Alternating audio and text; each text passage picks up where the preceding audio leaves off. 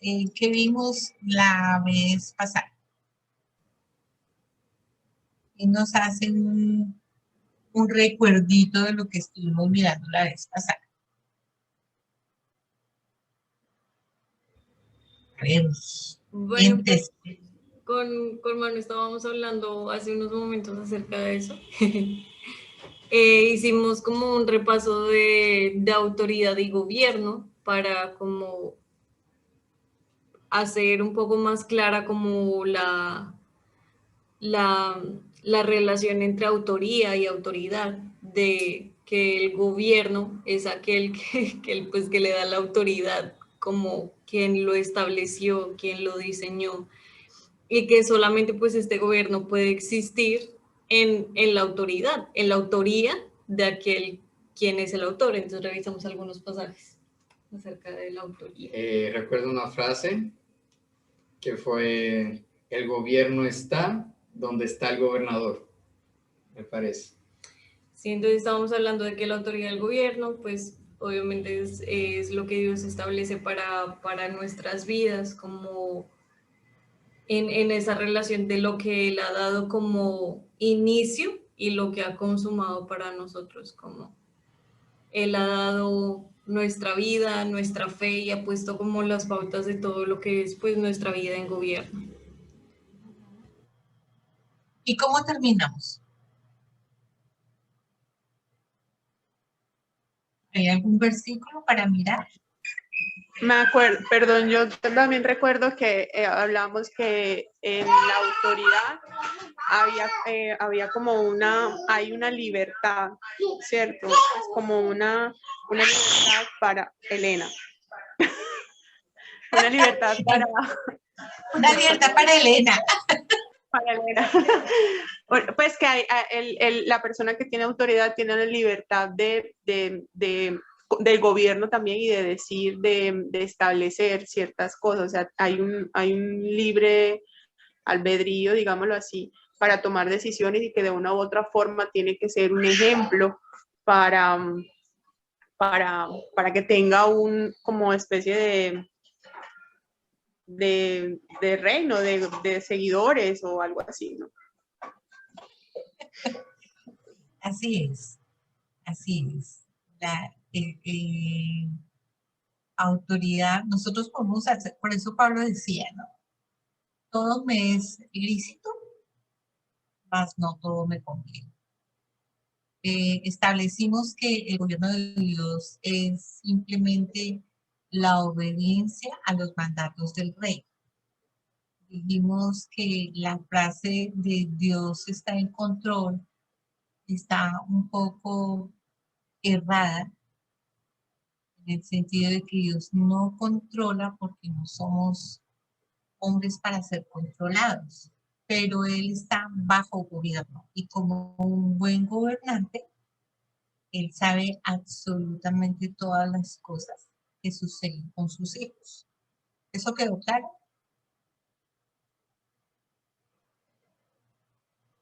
Uno por uno. Por favor, no me griten. ¿Eso quedó claro? Lorenita, ¿eso quedó claro? Buenas noches a todos. Hola, mi Lore. Sí, Paz. Es más, estaba buscando acá y... Hola, mi amor. Y que no encontré el cuaderno en el que estoy anotando.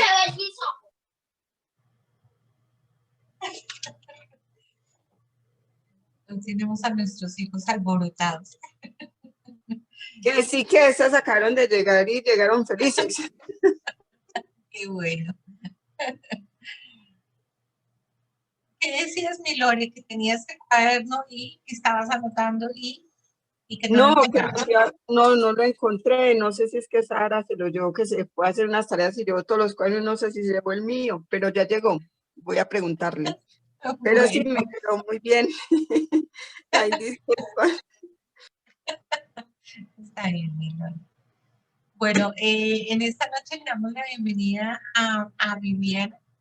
Está bajo el nombre de Viviana. Tenemos a Vivi antes, pero hay otra Viviana. Viviana es de Pacatativa.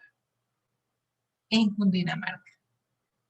Entonces tenemos a Paca, a Barranquilla, a Valledupar, a Medellín, a República Dominicana. Santo, qué maravilloso. Bueno, mi corazón, perdón, bueno, pastor, sigamos con nuestro tema. Bueno, buenas noches a todos. Qué rico tenerles aquí y ver. Me emociona mucho cuando hablan de cuadernos y cuando hablan de reflexión y de pensar en estas cosas, porque nos queremos invertir en eso, en que ustedes puedan no conocer más Biblia, para eso hay instituciones, sino puedan expresar más vida. Y de eso hemos venido hablando, de la expresión de la vida. Todos me hacían acordar de muchos aportes. Daniela me colocaba un tema, ella incluso involucró temas de gobierno, pero habló algo de importante del reconocimiento del autor. Y la vez pasada traté de expresar esto, pero si ustedes se acuerdan, y recogiendo un poco el tema, cuando hablamos de que cuando se expresaba la autoridad de Cristo y su vida, en sus enseñanzas y la forma como él se comportaba para mostrar al rey y al reino, estamos hablando de que él en toda su expresión de vida expresaba un gobierno de Dios, porque él hacía lo que el papá lo había mandado hacer. Entonces ese era un elemento muy importante. Y viene a ser interesante, ¿por qué? Porque nosotros estamos hablando de vivir en el espíritu, vivir la vida del espíritu o la vida espiritual. O expresando la vida espiritual. Le hemos dado varias connotaciones, pero realmente es expresando la vida espiritual. Y hemos empezado a hablar de una vida práctica, y una vida práctica en varios escenarios. Pero nuestra vida práctica tiene un elemento particular, y es que nosotros no vivimos nuestra vida, sino la vida eterna que fue puesta en nosotros, la vida de Cristo. ¿Por qué? Porque nosotros fuimos juntamente con Él crucificados, dice la expresión, y nacimos de nuevo, y nacimos con una nueva, fuimos reengendrados con una nueva naturaleza y una nueva vida, que es la de Cristo. Entonces, cuando decimos que vamos a vivir la vida del Espíritu, lo que estamos viviendo es la vida que Él nos dio. Entonces, como es la vida que Él nos dio, por eso era importante dejar claro que Él es el autor de la vida. Y de muchas de las expresiones de nuestra vida, como la fe, como la santidad, como la obediencia, son autoridad de Cristo, porque Él no solamente lo hizo, lo dijo, sino que lo legó para nosotros. Entonces por eso era que hablábamos de todo esto. Y hablar de una vida de Cristo engendrado en Jesús, no podemos desconocer en ningún momento la autoridad de este Jesús que caminó por la tierra, no una autoridad impuesta como yo soy el Hijo de Dios y me tienen que hacer caso, sino Dios me ha enviado, yo soy el cumplimiento de la Escritura que ustedes han estado leyendo durante mucho tiempo, y a nadie se lo tengo que demostrar.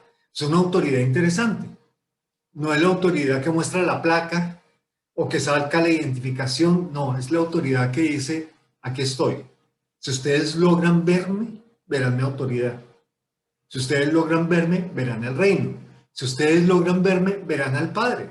Esa era la autoridad de Cristo. Por eso era tan importante colocar el elemento de que si ahora nosotros estamos viviendo una vida plena que nos fue dada, que nos fue otorgada por gracia, la expresión de esa vida es una expresión del autor de esa vida, porque expresamos al Cristo, de la autoridad que nos da esa vida, porque en esa vida es que tenemos autoridad en el reino, ¿cierto? Sí, y del gobierno al seguir el precepto de la fe. Y esta doctrina de la fe no es otra cosa que la fe que perfeccionó este mismo autor. Entonces, cuando nos damos cuenta, es una expresión de Cristo. O sea, que si nosotros tenemos autoridad es porque Cristo nos la dio. Y si tenemos vida, es porque Cristo nos la dio. Y si vamos a expresar esa vida, pues expresamos todo lo que Cristo nos dio. Y miren que esto va teniendo un contexto más espiritual y un contexto centrado en que todo es por Él, en Él y para Él. A veces se nos olvida. A veces pensamos, Señor, tú todo lo has hecho por mí, entonces síguelo haciendo por mí. Y el evangelio no funciona así. Miren el daño tan grande que hemos hecho para que entiendan cómo hemos desbaratado el gobierno de Dios. Cuando le decimos a una persona, ven aquí porque Cristo está para salvarte, para sanarte, para librarte, para consolarte, para hacerte tal cosa, para hacerte tal otra. Y lo que nos interesa es ver cuál es la necesidad de la otra persona para decirle que el evangelio fue creado para satisfacer su necesidad. Entonces tú ya le diste un objetivo al evangelio. El evangelio es para satisfacer mi necesidad. Y eso me convierte en un creyente que yo creo que el evangelio me va a satisfacer. Y cuando oro, pido para que el evangelio me satisfaga. Y así me enseñan durante mucho tiempo. Cuando tú ves la doctrina de Cristo, Él nunca habló de eso. Él habló de que la gente tenía que venir al reino. Y estando en el reino, siendo parte del reino, o sea, siendo gobernados por ese rey, tendrían los beneficios, pero también las responsabilidades del reino. Entonces, cuando a mí me dicen que el evangelio es para mi necesidad, yo pierdo la noción y ser un discípulo de Cristo es una opción. Predicar o evangelizar o enseñar o usar el don en el cuerpo es una opción. Es más, hay escenarios donde me han convencido que tengo que estar 5 años para poder usar esa opción y que en esa opción no todos somos pastores. Y es que el tema nunca fue ese. El tema nunca fue el púlpito. El tema nunca fue un auditorio. El tema era nuestra vida y cómo nuestra vida se expresaba. Entonces, todos no podremos hacer el rol de ser el pastor principal en una congregación, pero todos tenemos que hacer el rol de ser ministros. Y si ministros por gracia, por esa misma gracia seremos ministros competentes. Y no somos competentes para ministrar lo que queramos, sino somos ministros competentes de un nuevo pacto, que es el pacto eterno, que es el pacto en el cual yo estoy en Cristo, Cristo está en mí y yo uso mi vida para expresar la vida de Cristo y enseñarla y mostrarla a otros. Esa es mi función, como padre, como hijo, como hermano, como todo lo que sea. Y eso es un reto mayor. Si yo hubiera entendido que el evangelio es eso desde el comienzo, entonces no me hubiera tenido que enfrentar a circunstancias sin una verdad mayor que mis circunstancias. ¿Sí? No hubiera tenido que enfrentarme a la fe pensando que la fe algún día iba a crecer en mí, o pensando que algún día iba a pasar algo maravilloso, o que Dios me iba a controlar de tal manera que sin yo quererlo me iba a volver el perfecto santo. Y todas estas cosas no funcionan así. Es tanto el impacto de todo esto que en un momento dado, Pablo hablándole a los corintios, les dice, oiga, jóvenes, corinticos de mi alma, déjenme decirles algo. Ustedes piensan que yo soy duro en mis cartas, o que si acaso, porque estoy escribiendo algo y estamos lejos, entonces yo me voy a valer de eso para poderlos amedrentar y poderlos asustar, ¿cierto? Eso les dice Pablo. Pero no crean que es mejor que se los escriba, porque cuando esté presente también lo voy a hacer. Y cuando esté presente me van a ver diciendo. Entonces él decía, oye, yo tengo una autoridad en la iglesia, pero mi autoridad no es para maltratarlos. Pero mi autoridad no me exime de no exhortarlos. Y si ustedes van al libro de 2 de Corintios, capítulo 10, verso 8, voy a tomarme la libertad de leer hasta el 12 para recoger esto que he dicho.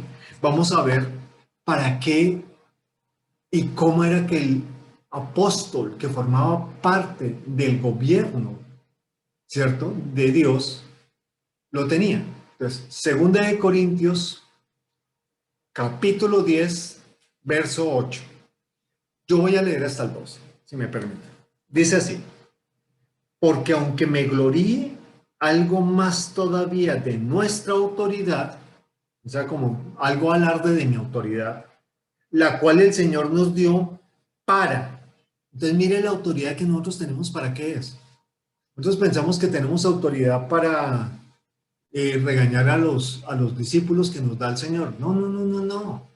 Si se sienten regañados es porque William habla así. No le pongan atención a William. Pongan atención a lo que se dice de la palabra. Dice, la autoridad, ¿cierto? Entonces, la cual el Señor nos dio para edificación y no para vuestra destrucción.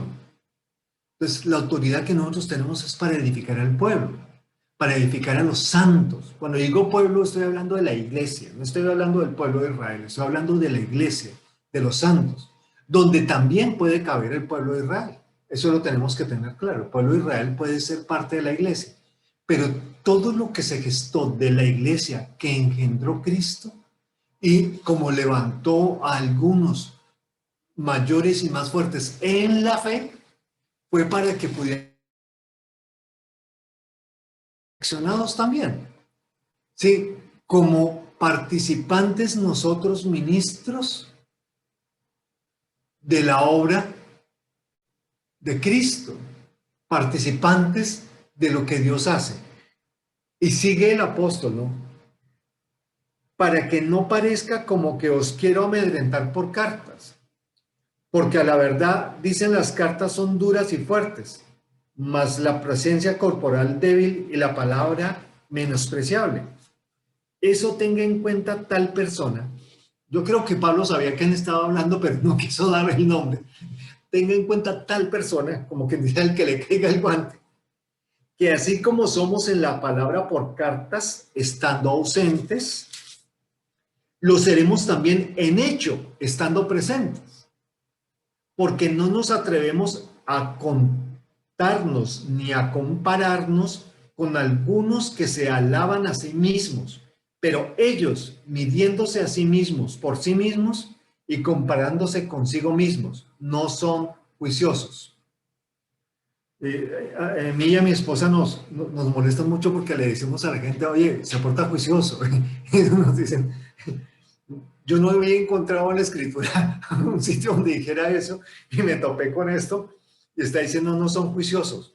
Entonces, lo que está diciendo el apóstol Pablo es que el gobierno reconocido nos hace ser consistentes y nos hace ser íntegros en lo que hemos entendido del reino, en lo que hablamos del reino, en lo que vivimos del reino.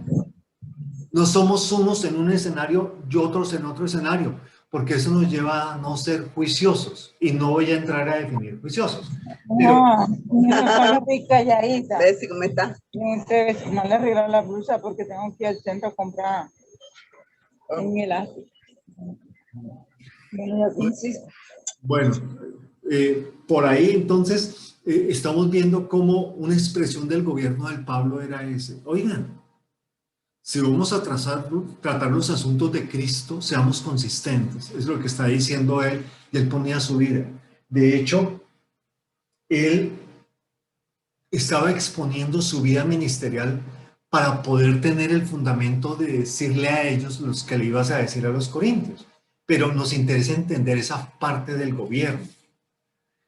Luego, eso era Pablo, él en su expresión de gobierno. Ahora, cuando él hablaba con sus discípulos que él estaba levantando, formando, ayudando más bien a que Cristo fuera formado en ellos, también les habla de una manera especial. Por ejemplo, a Tito, en el libro de Tito, en el capítulo 2, el verso 15, dice lo siguiente: esto habla y exhorta y reprende con toda autoridad. Nadie te menosprecie.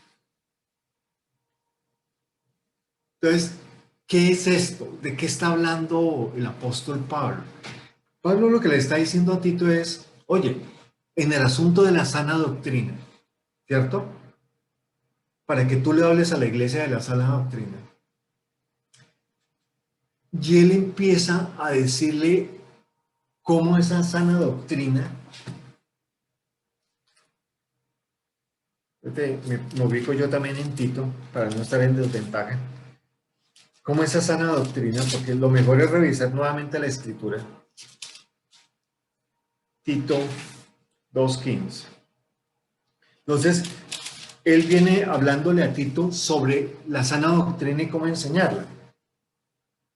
Y mire lo que les dice. Le está hablando de la forma de conducirse las personas, ¿cierto?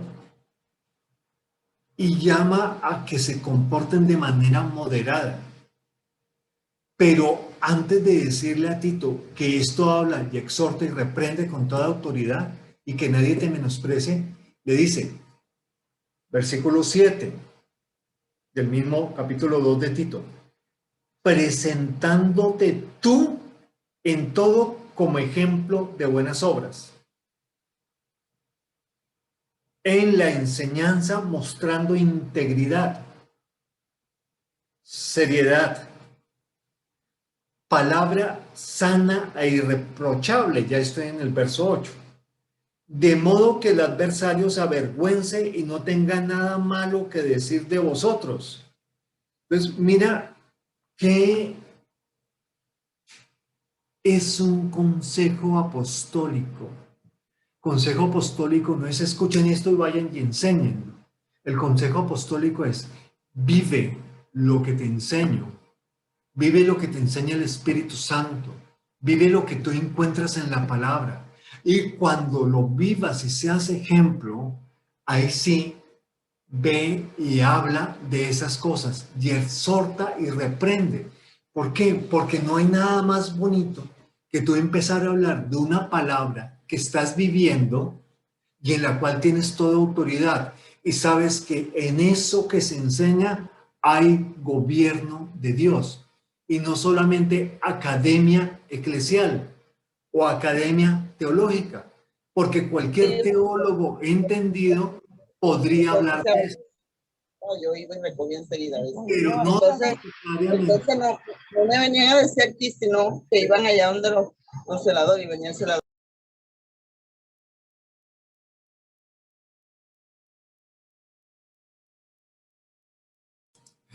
Nos mutearon a todos porque a alguien se le encendió el micrófono y nos estamos enterando de cosas que no debíamos. Entonces, mira qué bonito, como quien dice el viejo refrán que pensamos que se le ocurrió a algún hombre muy o mujer muy intelectual y filósofo, enseña con el ejemplo. No, es que ese es el método de Jesús, ese es el método de Dios. ¿Por qué? Porque la creación existió primero que el hombre. Se creó todo el universo invisible y reino invisible de Dios. Luego se creó todo lo que está visible, incluyendo los animalitos. Y de última se formó al hombre en los lugares celestiales y se puso en la tierra, en el Edén. Cuando el hombre se pone en el Edén, las hormiguitas, las lombricitas, los pajaritos, los caballitos, todo eso ya existía, las florecitas, todo eso ya existía. Eso ya estaba ahí presente. Entonces, Ya se la llevó ya. miren, a Adrianita se le está prendiendo el micrófono y a veces escuchamos por allá. Gracias. Entonces, miren esto tan interesante. Por eso es que al colocar todo eso primero, Dios cuando le empieza a enseñar a los hombres, le dice al salmista, observa la hormiga y aprende de ella. ¿Por qué? Porque ya colocó Dios un ejemplo. Las aguas tienen un límite. La luz tiene un límite. Las estrellas tienen un límite. Todo tiene un límite. El hombre y su vida biológica tienen un límite que fue impuesto por Dios. Él ya colocó todas las cosas y están ahí. Entonces, lo que yo quiero que veamos es que cuando estamos bajo un gobierno tenemos derechos. Cualquier gobierno, piensen en cualquier gobierno. Tenemos derechos, tenemos beneficios, tenemos responsabilidades. Pero está en cada cual cumplir o no lo que el gobierno dice. ¿Cómo habla el gobierno? Por leyes, decretos, ¿cierto? Y una serie de normas de comportamiento público que se expresan en el semáforo para cruzar una calle, que se expresan en los letreros que dicen no se parquea aquí, que se expresan en si tú recibes tienes que pagar un impuesto, que se expresan en tú debes tener una historia de salud y seguridad social. Se expresan en muchas cosas. Ah, ¿quieres abrir un negocio? Tienes que hacer este trámite. ¿Quieres construir otro piso en tu casa? Tienes que hacer este trámite. El gobierno ya puso las leyes, pero el gobierno no te está diciendo que no compres los ladrillos, que no compres el cemento, que no compres la arena, que no lo revuelvas y levante la pared.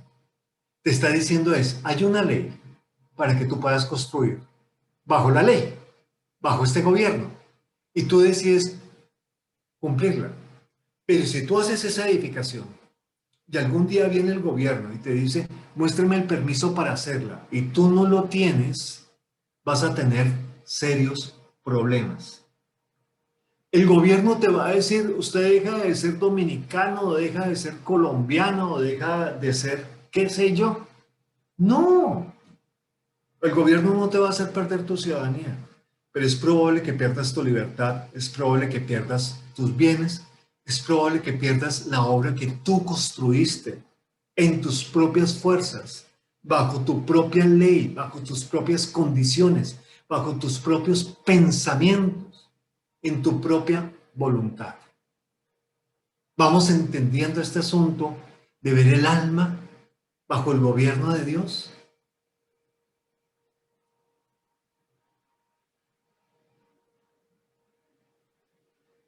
¿Qué te puedo decir? Y en lenguaje apostólico. Aquello que te aprisiona es aquello que tú obedezcas.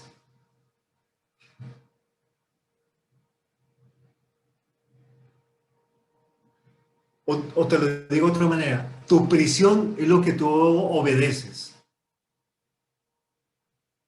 Ahora, si yo obedezco a Dios, ¿cuál será mi prisión? Dios. Y adivinen qué, en Dios hay plena libertad. En Dios hay plena libertad. Cristo nos hizo libres. Por eso el apóstol tenía una dimensión mental tan fuerte, formada por lo que el Espíritu le había enseñado, que decía, yo esclavo de Jesucristo. Él decía, ser esclavo de Jesucristo es más libre que el que no está prisionero. Ser esclavo de Jesucristo me da mayor libertad que aquel que es esclavo del trabajo, de las finanzas, del sexo, de la bebida, de las drogas, de la evasión de impuestos, de la vida financiera facilista, del crédito, del no pago. ¿Qué más sé yo?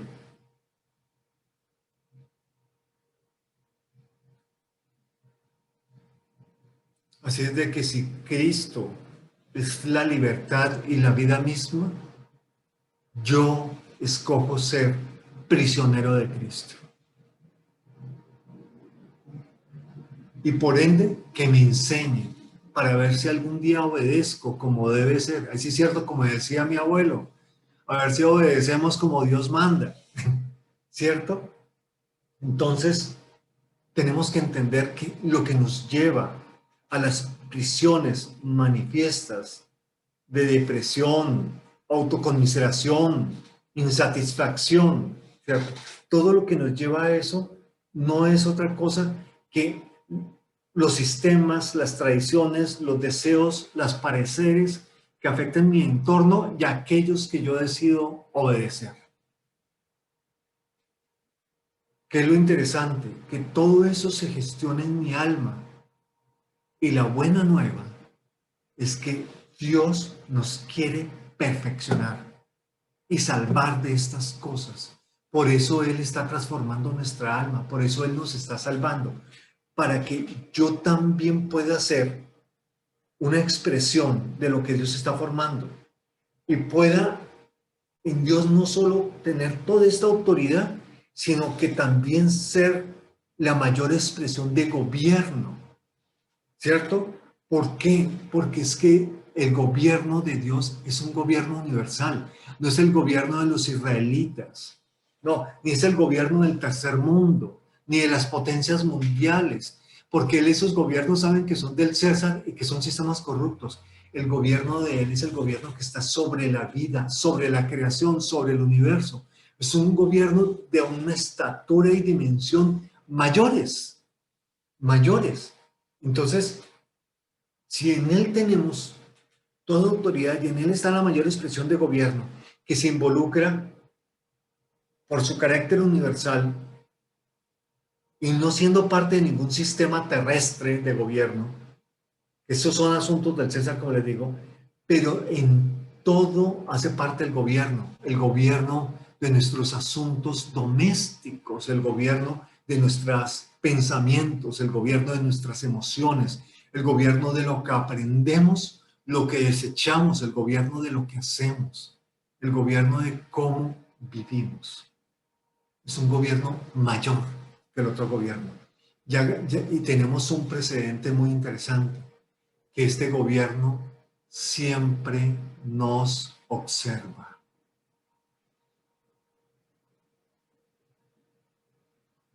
Dios siempre nos ve. Nos ve desde afuera, pero también nos ve desde adentro. Porque por eso Él coloca su espíritu adentro de nosotros.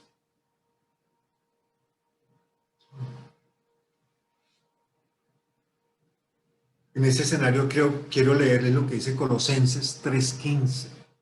Colosenses 3:15 dice: y la paz de Dios gobierne en vuestros corazones. Y sobre esta paz también dice: a la que asimismo fuisteis llamados en un solo cuerpo, y sed agradecidos. Y él coloca la escritura en la traducción, y en eso, para poder hacer el énfasis del texto, coloca punto y coma, y sed agradecidos. Ser agradecidos es estar permanentemente consciente de lo que se me dio. Eso es ser agradecido, permanentemente consciente de lo que en gracia se me dio. Miren, no fue gratis, fue por gracia. Y si yo soy permanentemente consciente del espíritu que me habita, de la palabra implantada, de lo que me ha sido enseñado por muchos hombres y mujeres, de lo que leo en la escritura, de lo que mi conciencia me dice que está bien y que está mal, si yo soy consciente de todo eso y estoy constantemente dando gracias por la corrección, por esto, estoy constantemente dando gracias porque cuando tomo una actitud errada, una actitud de insatisfacción, una actitud de no contentamiento, de algo así, ahí mismo viene esa voz que me dice: pero yo te di algo mayor. ¿Qué haces pensando en esto? Entonces, así es de que el asunto de gobierno no es como a veces estamos pensando, que ahora vamos a dirigir, controlar y regir con Cristo. Es que ahora vamos a ser los presidentes de las naciones junto con Cristo, el gran presidente de todo. Y hemos llevado el gobierno del reino de Dios a un escenario tan humano y tan simplista y tan corrupto como este. Y no es eso lo que Dios quiere.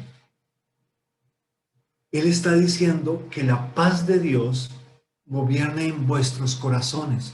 Y la paz es una expresión del carácter de Cristo. El gobierno de Dios es que el carácter de Dios gobierne desde nuestro interior. Si nosotros queremos empezar a planear la forma de vivir esta vida espiritual, tenemos que entender estas cosas básicas. Que vivimos una vida del cual el autor es Cristo. que esa vida nos otorgó autoridad, la cual es la autoridad de Cristo delegada en nosotros. Y que todo eso nos sirve para que esa expresión desde adentro nos gobierne, para así yo poder vivir una vida espiritual. O sea, estamos hablando de que la transformación del alma es la forma como Cristo se perfecciona dentro de nosotros para gobernarnos. La transformación del alma es la forma como Cristo se construye al interior nuestro para gobernar.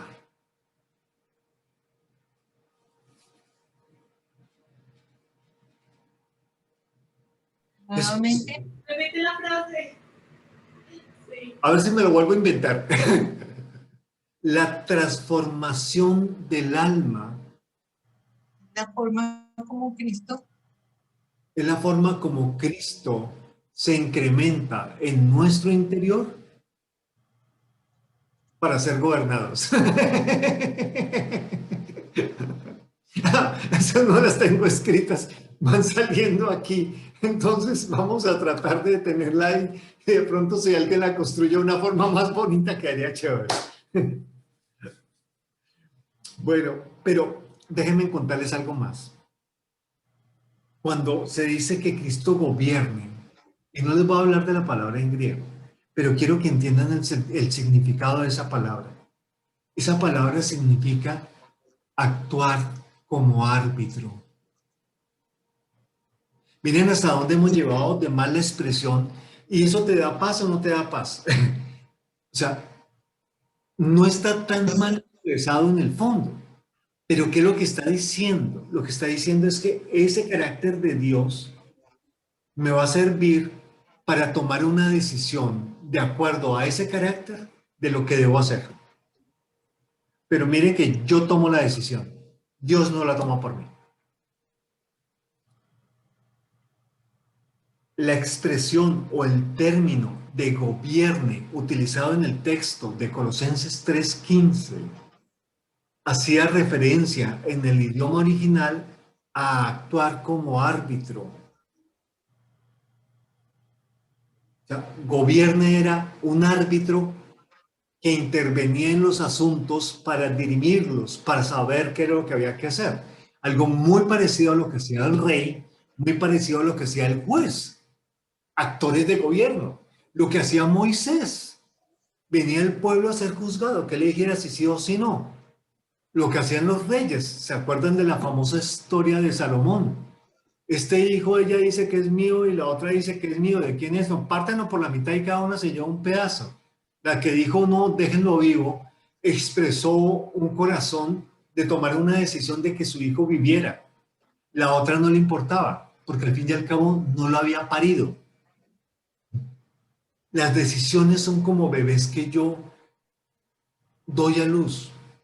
Y yo tengo que decidir que doy a luz. ¿Qué es lo que expreso? Porque después de que lo exprese, va a tener efectos, va a tener impactos. Después de que yo exprese algo con mi vida. ¿Cuántos no hicieron esto delante de la mamá? ¿Se acuerdan? ¿Qué fue lo siguiente que sintieron? La chancleta, el palo de escoba, la bofetada, el pellizco. Usted a mí me respeta, jovencito. Tenía el juetazo que decía después de que yo lo exprese, tengo que asumir las consecuencias. Tengo que vivir mi responsabilidad. Dios nunca tomará la responsabilidad de mis decisiones. Por eso, yo respeto muchísimo cuando alguien dice, yo quiero saber si esta es mi pareja o no, a ver Dios qué me dice, porque es que esta china me gusta. ¿Y qué hacemos con los otros 10 que están en fila orando por la misma china? Que tienen la misma fe, algunos más maduros que otros. Grave. Imagínense en Dios dirimiendo eso. ¿Piensan que el gobierno de Dios fue para ese asunto? No. Pero el que esa niña escuche 10 propuestas y decida por una, es una decisión de ella. Que si está en el gobierno de Dios, pero cuando está fuera del gobierno de Dios. Pues, Cuando decimos la paz de Dios gobierne en vuestros corazones, es como si esa decisión de los asuntos se hace en el corazón de los que creen en Dios y van a tener una luz adicional. No será solamente su experiencia de las cosas, sino que desde adentro tendrán, no quiero ser místico, pero tendrán una tranquilidad en que su decisión, con buenos o malos resultados, está bien. Porque hay veces que tomamos decisiones para enfrentar situaciones difíciles. Cuando Pablo decía, me quedo aquí y no me voy a callar, cuando Pablo decía, me quedo aquí y a quién le hago caso, a ustedes o a Dios, él tomaba una decisión y terminaba en la cárcel y terminaba golpeado. No es que chévere que es la cárcel allá con televisor privado y todo eso, no, era lo más profundo del calabozo, donde no había sino humedad y donde no había nada más, encadenados a una pared fría y húmeda y llena de hongos, probablemente con ratas, probablemente donde había muerto más gente allí colgada en esos calabozos. Ahí estaba Pablo, ahí estaba Pedro, pero tenían paz en sus corazones por la decisión que habían tomado. Entonces, lo que les quiero decir es que este asunto del gobierno de Dios en nuestra vida es como Dios, es la forma como Dios participa en el desarrollo de nuestros pensamientos, de nuestras emociones y de nuestras decisiones, que realizamos cuando, todo el tiempo. Te paras de la cama y tomaste una decisión. No te paras de la cama y también tomaste una decisión. O sea, en todo momento estamos tomando decisiones. Yo ahora mismo estoy decidiendo dónde corto el tema y dónde avanzo, dónde los dejo, dónde los parqueo para cerrar un concepto y no dejar esto abierto. Pero yo creo que ya con hoy ustedes me comprenden un poco porque hablé del autor, porque hablé de su autoridad y porque hablo del gobierno ahora. Y nos damos cuenta que es porque el gobierno de Dios en nuestra vida es que Dios participe del desarrollo de nuestros pensamientos, nuestras emociones y nuestras decisiones todo el tiempo. No sé cómo estamos hasta aquí, porque vamos ya a empezar a plantear cosas de desarrollo de vida espiritual, un poco prácticas, pero a mí siempre me gusta que tengan ustedes un concepto. Valdría la pena, ¿Ok? valdría la pena preguntar si hay alguna pregunta, la redundancia. ¿Hay alguna pregunta hasta ahora? Mi Vivi, mi Katia, Adrianita, mi Judith, mi Jaisel, que están ahí las dos reunidas, mi Grace. No sé si hay alguna pregunta hasta acá. Creo que es muy importante lo que estás hablando en el sentido de que Dios quiere salvar nuestra alma y hacernos al carácter de Él para que podamos gobernar junto con Él, pero no en un gobierno propio, sino una extensión del gobierno del Señor. O sea, no mis propias leyes, no mis propios mandamientos, sino las leyes del Señor. Y ese carácter en Cristo es el que me va a llevar,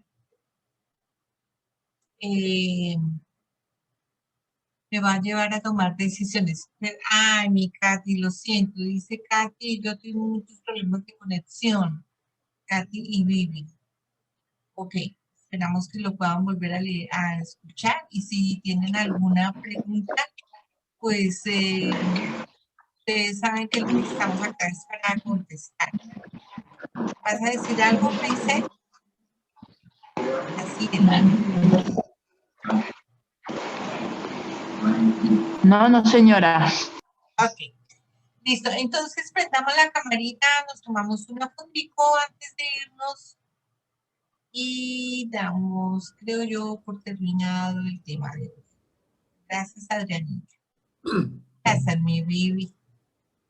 José Luis, mi Mari, mi Lore Bella.